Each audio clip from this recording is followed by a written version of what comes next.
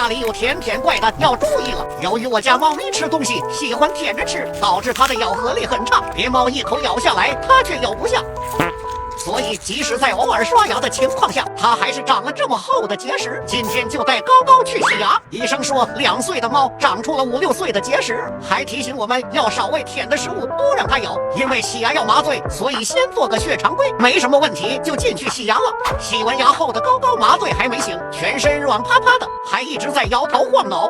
回到家后还是半懵半醒的状态，检查下大黄牙都变白了。咱就是说，以后好好保护牙齿，才能少遭罪。